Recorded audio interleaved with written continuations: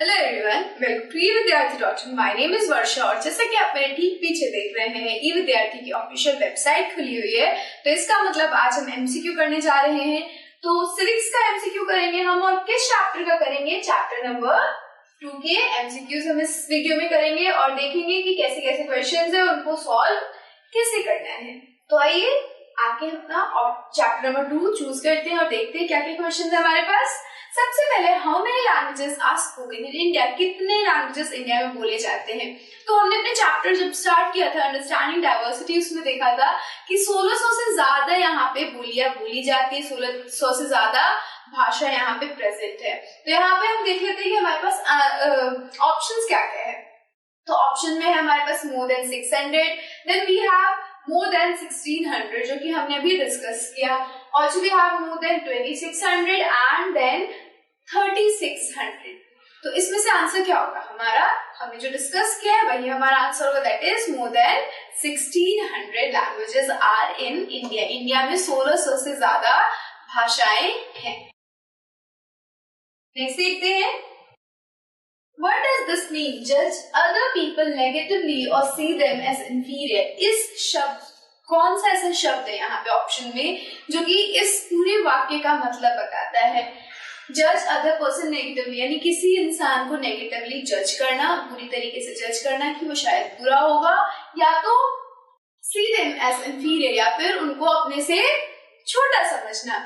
तो एक वर्ड है जिसको हम कहते हैं प्रेजुडिस, यानी कि किसी भी इंसान के बारे में बिना उनको सोचे समझे उनके लिए गलत अवधारणा बनाना, नेगेटिव थिंकिंग रखना और उनको अपने से इंफीरियर समझने को हम प्रेजुडिस कहते हैं।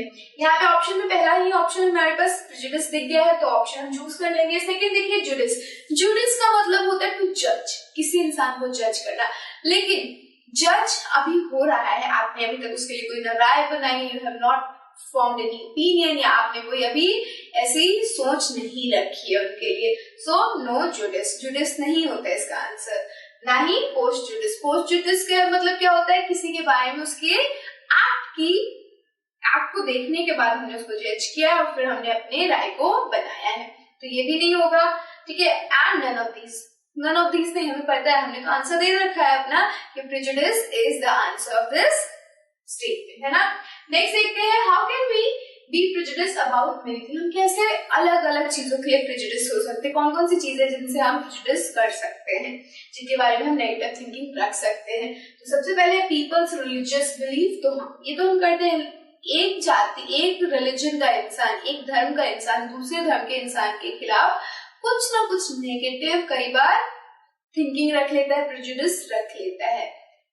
The colour of people's skin, लोगों के स्किन के ऊपर भी हम कई सारी क्या करते हैं, अपनी धारणाएं बनाते हैं और नेगेटिव धारणाएं कई बार बना लेते हैं।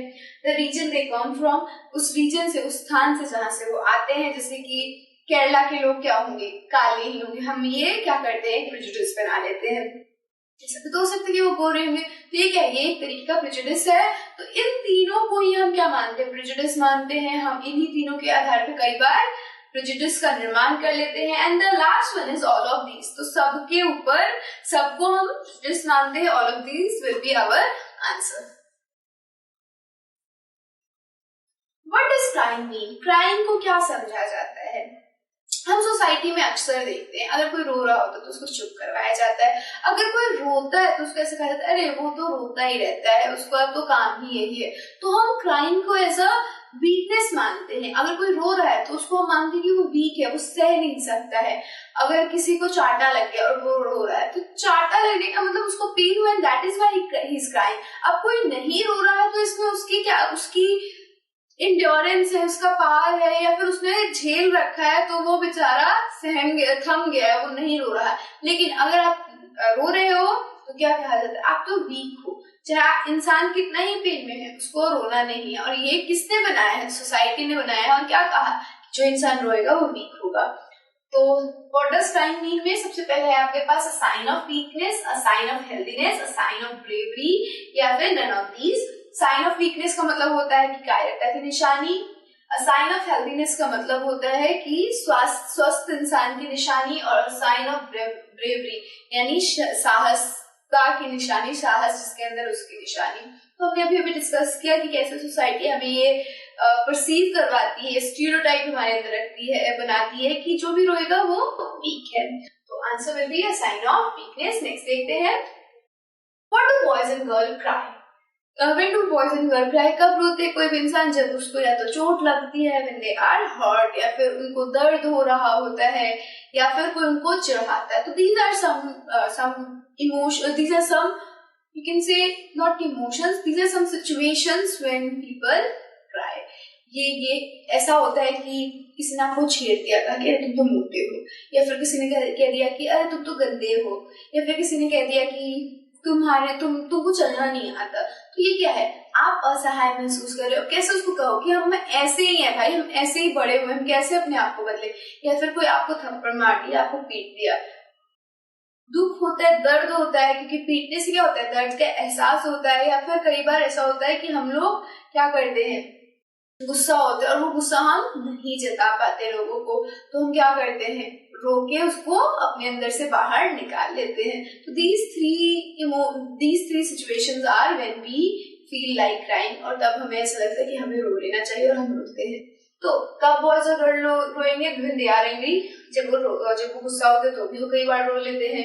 when they feel pain, जब उनको दर्द महसूस होता है तो भी वो रोते हैं। और when someone tease them, और जब उन्हें कोई टीज करता है, छेड़ता है, तो भी वो रोते हैं। Last one is all of this, और ये क्या है, लीस्ट में है सभी, उपरोक्त सभी, यानी तीनों ही आ सकते हैं। तो आंसर विल बी उपरोक्त सभी, ऑल ऑफ दीज। ठीक है, नेक्स्ट देखते हैं, what term do we use for disabled people? हम डिसेबल्ड लोगों के लिए, जो लोग हमारे से थोड़े से भिन्न होते हैं, जैसे कुछ लोग ब्लाइंड होते हैं जो आंख से नहीं देख पाते हैं, या फिर कुछ लोग बोल नहीं पाते हैं, चल नहीं पाते हैं, तो इनको हम क्या कहते हैं? तो इनको हम चैलेंज्ड पीपल कहते हैं। और क्यों चैलेंज्ड पीपल कहते हैं इनको? क्योंकि बेसिकली ये लोग हमारी तरह नॉर्मल नहीं होते, इनको बहुत सारे चैलेंजेस, कठिनाइयों का सामना करना पड़ता है, और जिसकी वजह से हम इन्हें क्या कहते हैं? चैलेंज्ड पीपल कहते हैं। तो यहाँ पे ऑप्शन दे रखा है चैलेंज्ड पर्सन, ऑर्डिनरी तो नहीं हो सकते हम आप जैसे, तो नहीं है ये, चैलेंज का सामना कर रहे हैं और अपनी जिंदगी खुल के जी रहे, अच्छे से जी रहे, क्योंकि ये चैलेंजेस को फेस कर रहे हैं और फिर उसको कॉन्कर कर रहे हैं, उसको जीत रहे हैं, उन पे अपनी विजय हासिल कर रहे हैं और फिर अपनी लाइफ को जी रहे हैं। जीनियस है वो, yes no, genius is term जब कोई इंसान बहुत ही ज्यादा बहुत ही ज्यादा इंटेलिजेंट होता है तो हम उसको देते हैं। तो जीनियस तो कोई भी हो सकता है, चाहे वो ऑर्डिनरी हो, चाहे वो फिजिकली चैलेंज्ड हो। तो genius is term for being very intellectual, very intelligent. तो genius will not be the answer, and none of these, इनमें से कोई नहीं। तो हमें पता है कि they are challenged, तो answer is challenged person। Next देखते हैं हमारा, what happens when people act on their prejudice or stereotype? क्या होता है जब लोग अपने प्रेजुडिस या फिर अपने स्टीरियोटाइप पे एक्ट करते हैं, काम करते हैं? तो क्या करते हैं वो लोग? एक दूसरे में डिस्क्रिमिनेशन करते हैं, भेदभाव करते हैं। तो यहाँ पे दे रखा है option crimination, discrimination, then we have both A and B and none of these. Crimination कोई शब्द नहीं है इंग्लिश में। देन वी हैव डिस्क्रिमिनेशन, यानी कि भेदभाव। तो हाँ, वो भेदभाव करते हैं, इसे ही भेदभाव कहते हैं जब कोई इंसान अपने प्रेजुडिस या स्टीरियोटाइप पे काम करता है, एक्ट करता है उसके अकॉर्डिंग, तो वो क्या करता है? डिस्क्रिमिनेट करता है। तो answer will be B, both A and B. Crimination तो कोई वर्ड है ही नहीं, तो सिर्फ डिस्क्रिमिनेशन है, तो बोथ तो हो ही नहीं सकता, नन ऑफ दीज भी नहीं होगा, क्योंकि हमने अभी भी देखा कि डिस्क्रिमिनेट तो कर रहे हैं ना। तो आइए देख सकते हैं, What is common stereotype about Muslims? Muslims के लिए कॉमन स्टीरियोटाइप होती है और वो क्या है? तो वो ये है that they are not interested in educating girl। ये कि ये ऑप्शन है आपका, मैं नहीं कह रही थी यही है, ऑप्शन में दे रखा है कि वो लोग इंटरेस्टेड नहीं होते अपनी लड़कियों को पढ़ाने में। दूसरा ये है they are interested in educating girls, वो लोग इंटरेस्टेड होते हैं अपनी लड़कियों को पढ़ाने के लिए। That some of them are poorer, कुछ लोग बहुत गरीब होते हैं। None of these, इनमें से कोई भी नहीं। तो देखिए, जो मुस्लिम्स होते हैं वो बेसिकली कई बार बहुत पूअर होते हैं और इसी की वजह से उनको उनके बच्चियों तक एजुकेशन नहीं पहुंच पाता, तो लोगों को ऐसा लगता है कि वो इंटरेस्टेड ही नहीं है अपने बच्चों को, अपनी गर्ल्स को एडुकेट करने में। सो दिस इज स्टीरियोटाइप, ये वाला जो statement they are not interested in educating girls, ये एक स्टीरियोटाइप है जो हमने बिना कुछ सोचे बिना कुछ समझे क्या कर ली है, अपने अंदर इनकलकेट कर ली है, अपने अंदर बना ली है। This is the answer. Next देखते हैं, in which state of India is there less distance between home and school? किस स्टेट में इंडिया के होम और स्कूल के बीच में कम डिस्टेंस है? ऑप्शन है Kerala, Rajasthan, Mumbai, all of these. तो ये कुछ सिटीज के नाम है और इसमें पूछा गया क्वेश्चन में कि किस सिटी में सबसे कम डिस्टेंस है स्कूल और होम्स की। तो देखिए, अभी हमने अपने चैप्टर में पढ़ा था कि जो केरला है वहां पे क्या है, लेस डिस्टेंस है। अगर आप सेकंड पैराग्राफ ही देखोगे, वो जो बॉक्स बना हुआ है उसी में आपको मिल जाएगा कि सबसे नीचे लिखा होगा, जिसमें हम वो वाले बॉक्स की बात करें जिसमें मुस्लिम्स की बात की गई थी कि मुस्लिम को कैसे स्टीरियोटाइप किया जाता है कि they are not interested in their girls education, जबकि होता क्या है कि वो लोग क्या कर रहे हैं, वो लोग पुअर होते हैं। तो उसी के अंदर हमारे जब हम नीचे पढ़ेंगे तो देखेंगे कि वहां पे ये मेंशन है कि केरला एक ऐसा स्टेट है जहाँ पे स्कूल्स और होम की जो डिस्टेंस है वो बहुत कम है। तो ऑप्शन क्या होगा हमारा, केरला, क्योंकि केरला वहां पे मेंशन है और हमें पता भी है। सो नेक्स्ट देखते हैं, what does government do to help the women teachers to reach the school? अब गवर्नमेंट क्या करती है टीचर को हेल्प करने के लिए कि वो स्कूल तक पहुंचे? तो इसी वाले जो अभी हमने बात करी केरला वाला, उसी के अंदर ये था कि वहां की गवर्नमेंट ने इन टीचर्स के लिए बहुत ही ज्यादा अच्छी बस की सुविधा कर दी है, फ्रीक्वेंट बस सर्विसेज कर दी है, जिसकी वजह से टीचर्स को प्रॉब्लम ना फेस करना पड़े स्कूल पहुंचने में। तो good bus service, good train service, good roads but less bus service, none of these. Good road but less bus service and none of this, ये कहा हुआ है। देखिए, अगर गुड बस सर्विस होगी तो लोग जल्दी पहुंच जाएंगे, आराम से पहुंचेंगे। अगर फ्रीक्वेंटली बस आ रही है, इसका मतलब गुड बस सर्विस का मतलब ये है कि फ्रीक्वेंटली बसेस आ रही है और आपको पहुंचा रही है। गुड ट्रेन सर्विस, अभी हमने देखा केरला में कि केरला में स्कूल्स और होम की डिस्टेंस ज्यादा नहीं है, तो इट मीन्स कि ट्रेन की तो जरूरत नहीं है, ट्रेन तो बहुत बड़े एरिया में ट्रैवल करने के लिए यूज होता है। तो बी विल बी एलिमिनेटेड, हम बी को एलिमिनेट कर देंगे। Good roads but less bus service, अब देखिए अगर लेस बस सर्विस होगी और रोड्स अच्छे होंगे, क्या फायदा है इसका? बस अगर ज्यादा होगी तभी तो इंसान जा सकता है, तभी तो इंसान बैठेगा और तुरंत पहुंच जाएगा। अगर रोड्स नहीं भी है तो इंसान जा सकता है पैरों से चल के, और वो सेम टाइम लगेगा अगर वो क्या कहते हैं अच्छे रोड से जाए या कच्चे रोड से जाए, क्योंकि अच्छे रोड्स नहीं होते, कच्चे होते हैं, मिट्टी के बने होते हैं। तो ये भी एलिमिनेट हो गया, नन ऑफ दीज, और यहाँ पे नन ऑफ दीज है। लेकिन हमने तो देखा था कि अगर गुड बस सर्विसेज होंगी तो टीचर्स टाइम से पहुंचेंगी और टीचर्स जल्दी भी पहुंच जाएंगी। तो good services will be, bus services will be your answer. Next देखते हैं, the people of lower caste were not allowed to enter the temples, sit with upper caste child in school, take water from well, all of these। अब लिख रखा है कि lower caste के जो लोग थे उनको वो लोग अलाउड नहीं थे किस किस कामों के लिए, एंटर द टेम्पल, मंदिरों में घुसने के लिए, sit with upper class child in school, वो बच्चे जो कि अपर कास्ट से बिलोंग करते हैं उनके बच्चों के साथ बैठने के लिए अलाउड नहीं थे।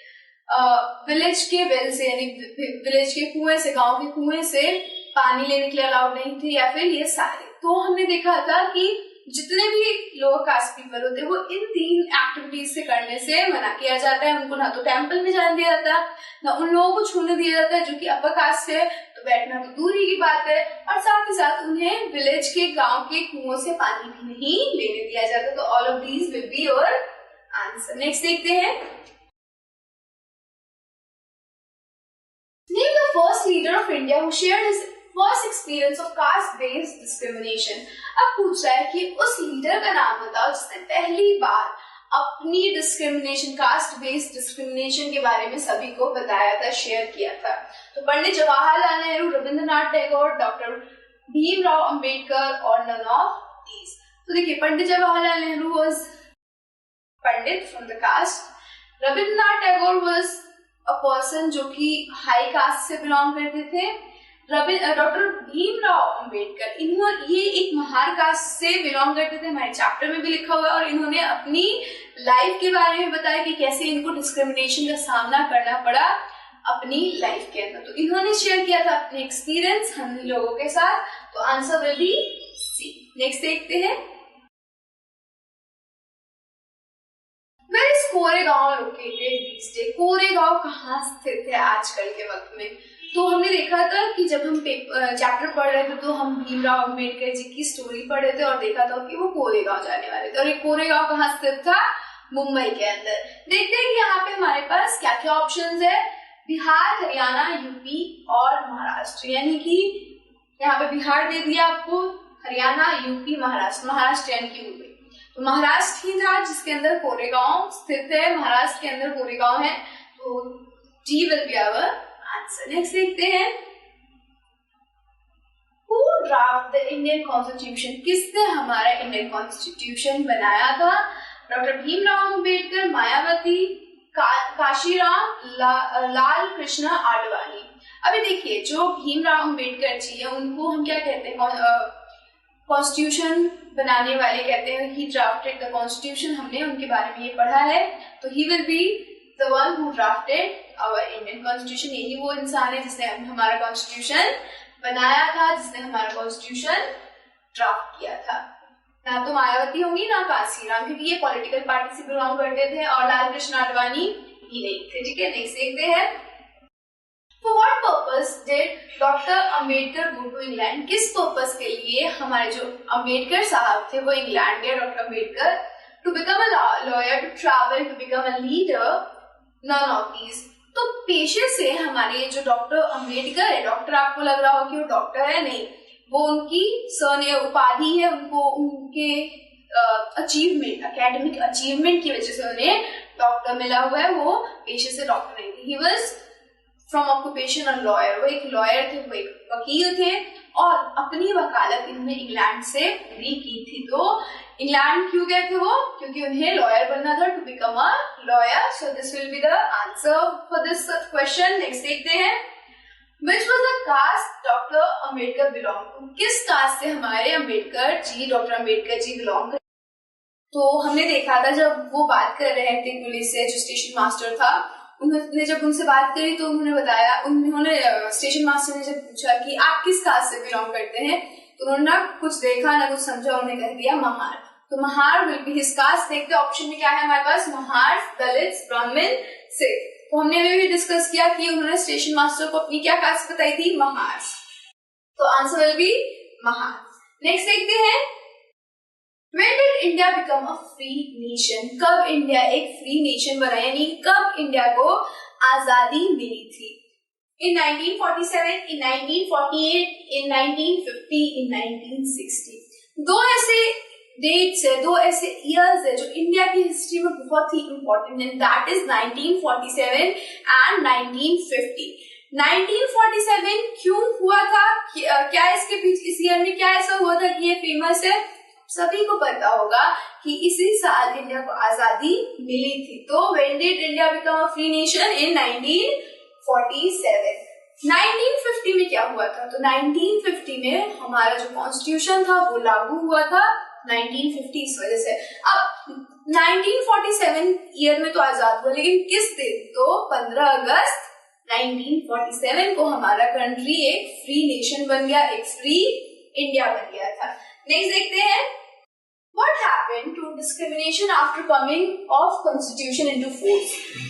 अब इंडिया क्या था, एक फ्री नेशन बन चुका था और यहाँ पे कॉन्स्टिट्यूशन था। तो कॉन्स्टिट्यूशन के आने के बाद डिस्क्रिमिनेशन के साथ क्या हुआ, जो अनटचेबिलिटी इंडिया के अंदर प्रिवेल कर रही थी उसके साथ क्या हुआ था? Discrimination had to go away. Discrimination को जाना पड़ा, डिस्क्रिमिनेशन बंद हो गया, द डिस्क्रिमिनेशन इंटेंसिफाइड। डिस्क्रिमिनेशन क्या हुआ, और ज्यादा बढ़ गया। बी ऑप्शन में आपको बोल रहा है both A and B and none of these. देखिए बोथ तो हो नहीं सकता है, क्योंकि बिल्कुल ऑपोजिट है। एक कह रहा है कि एक बिल्कुल बंद हो गया और एक कह रहा है कि एक बहुत ज्यादा बढ़ गया। तो बी नहीं होगा, सॉरी सी नहीं होगा एंड ये आपका डीप नहीं होगा।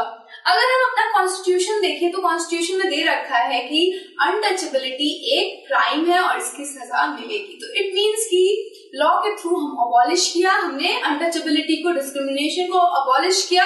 तो इस वजह से डिस्क्रिमिनेशन क्या हुई है, बैन हुई है, इट हैज गॉन अवे। तो आंसर क्या है, ए, यानी कि the discrimination had gone away. Next करेंगे अब व्यू रिजल्ट आ गया। अब हमने जो भी आंसर्स दिए वो सही किए हैं या नहीं किए हैं, पॉइंट मिले तो कितने मिले, आइए देखते हैं। अगर हम व्यू रिजल्ट पे जाएंगे तो हमें सब कुछ पता चल जाएगा, आपको सारे क्वेश्चंस दिखेंगे यहाँ पे और उनके आंसर्स भी दिख जाएंगे। तो हमारे पास 18 क्वेश्चंस थे, हमने 18 सही किए हैं। You have scored 18 out of 18 questions. आपके 18 पॉइंट और आपके ग्रेड वो ग्रेड तो हमारी टीचर देंगी, है ना। तो देखिए, हमने फर्स्ट क्वेश्चन सही किया कि हमारे पास 1600 से ज्यादा लैंग्वेजेस है। फिर हमने देखा कि नेगेटिवली किसी को जज करना या उनके लिए इंफीरियर फील करना प्रेजुडिस कहलाता है। फिर हमने देखा कि कैसे प्रेजुडिस डिफरेंट थिंग्स पे आधारित होता है, चाहे वो रिलीजन हो, रीजन हो या रेस हो, यानी हमारा स्किन कलर। क्राइम का मतलब देखा हमने कि it is a sign of weakness for society ऐसा मानती है कि क्राइम एक साइन है वीकनेस का। फिर हमने देखा when do boys and girls cry, कब बॉयज और गर्ल्स क्राई करते रोते हैं। तो हमने देखा कि जब वो एंग्री हो या उनको पेन फील हो या फिर कोई उन्हें टीज कर रहा हो। What do we use for disabled person, disabled लोगों के लिए हम क्या यूज करते हैं। तो हमने देखा कि they are challenged person और इसीलिए हम उन्हें challenged person बुलाते हैं। और फिर हमने देखा कि प्रेजुडिस और स्टीरियोटाइप पे एक्ट करने पे हम लोगों को डिस्क्रिमिनेट करते हैं। कॉमन स्टीरियोटाइप मुस्लिम के बारे में क्या थी कि वो अपनी लड़कियों को नहीं पढ़ाने में इंटरेस्टेड होते हैं। और देखा कि किस स्टेट में सबसे कम होम और स्कूल का डिस्टेंस है, दैट इज केरला। और फिर देखा कि गवर्नमेंट वुमेन की हेल्प करने के, वुमेन टीचर की हेल्प करने के क्या कर रही है, अच्छी बस की सर्विसेज रखी हुई है। वो पीपल जो कि लोअर कास्ट से बिलोंग करते हैं वो किस किस चीजों के लिए अलाउ नहीं थे, वाटर लेने के लिए वेल से। उन बच्चों के साथ जो कि अपर क्लास से बिलोंग करते हैं स्कूल में एक साथ नहीं बैठ सकते थे, टेम्पल में नहीं जा सकते थे। उस लीडर का नाम हमने जाना जो कि अपना जो कास्ट बेस्ड डिस्क्रिमिनेशन के बारे में शेयर किया था first time, and that was doctor Bhimrao Ambedkar. और जिन्होंने अपनी कोरेगांव की इंसिडेंट्स को शेयर किया जो कि महाराष्ट्र के अंदर स्थित है। फिर हमने देखा कि जो इंडियन कॉन्स्टिट्यूशन है उसको किसने बनाया, तो हमारे भीमराव अम्बेडकर जी ने ही बनाया था। और बाद में फिर हमने देखा कि भीमराव अम्बेडकर ने अपनी शिक्षा कहाँ से प्राप्त की, इंग्लैंड से प्राप्त की थी और यहीं पे वो क्या बने थे, लॉयर बने थे। किस कास्ट से बिलोंग करते थे, महार कास्ट से बिलोंग करते थे। और इंडिया का फ्री नेशन बना तो 1947 में। और फिर हमने देखा कि क्या हुआ डिस्क्रिमिनेशन के बाद, जब कॉन्स्टिट्यूशन फोर्स में आया, जब कॉन्स्टिट्यूशन लागू हुआ तो ये चला गया हमारी कंट्री से। सो इन दिस सेक्शन अगर आप कुछ गलत भी करोगे तो वहां पे आपको दिखाएगा कि दिस आंसर इज रॉन्ग, और फिर आपको वो क्या करना है, अगर आपको रीटेस्ट लेना है तो आप रीटेस्ट ले सकते हो। This was all about this chapter. Thank you for watching us. Keep learning with us and keep watching us. Hope to see you in next video. Bye.